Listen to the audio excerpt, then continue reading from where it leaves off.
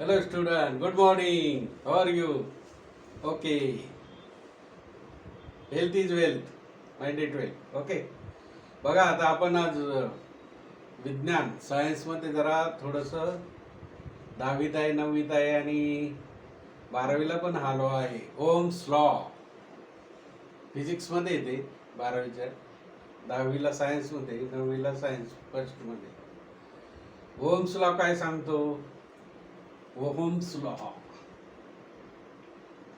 Ohm's law. I is equal to V upon R. I current, V विभवांतर, SI unit of potential difference is volt, and the unit of resistance is ohm. Okay, हा Ohm's law आहे. याच्या आपल्याला हा एक formula तयार झाला, असे अजून 2 फॉर्म्युले तयार होतात आणि 2 मार्कासाठी 12वीला 10वीला आहे, 9वीला आहे. तर 2 फॉर्म्युले कसे तयार होतील? आपण इक्वेशन मध्ये हा पहिला, हा दुसरा, हा आय इकडे घेतला, बरोबर की नाही? म्हणजेच काय? R is equal to V upon I. Resistance बरोबर व्होल्टेज छेद करंट. कळलं? म्हणजे हा रेजिस्टन्स, हा व्होल्ट आणि हा करंट. म्हणजे हा सेकंड फॉर्म्युला फार महत्वाचा आहे. Drop by drop making ocean, थेंबे थेंबे तळे साचे. 2-2 मार्क घ्यायचे आपल्याला, बरोबर की नाही? मग आता तिसरा काय होईल सांगा बरं? खूप सोपं आहे. आता तुम्ही सांगू शकत नाही, पण हा व्ही जर इकडे घेतला तर आर गुणिले आय होईल. म्हणजेच काय? व्ही बरोबर आर गुणिले I, resistance multiply by current. हा तिसरा. या ओमच्या लॉ मधून 3 सूत्र फॉर्म्युला मिळालेले आहे तुम्हाला.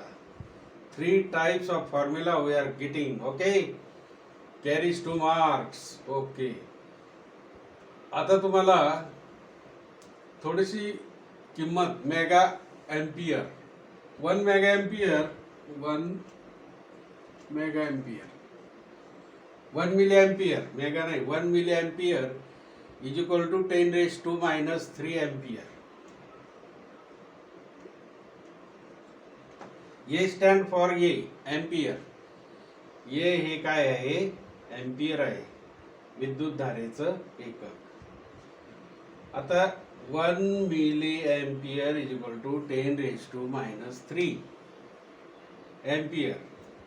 आता 1 milli volt is equal to, हे पहिलं झालं. दुसरं, 1 milli volt is equal to 10⁻³ volt, बरोबर? आणि 1 मेगा व्होल्ट, तिसरं 1 mega volt, 1 mega volt is equal to 10⁻⁶ volt, 10⁻⁶ volt, बरोबर? MV stand for mega volt. MV म्हणजे काय आहे?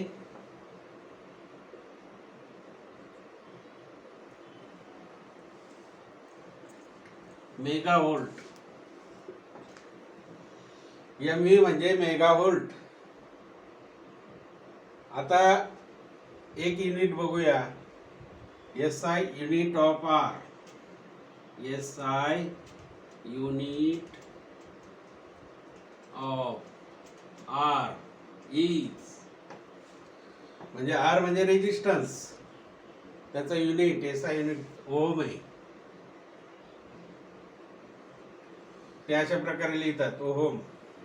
SI unit of R is ohm. समजलं? पुढे नंतर बघूया 2-2 मार्काचं थोडं थोडं. थँक्यू. चला.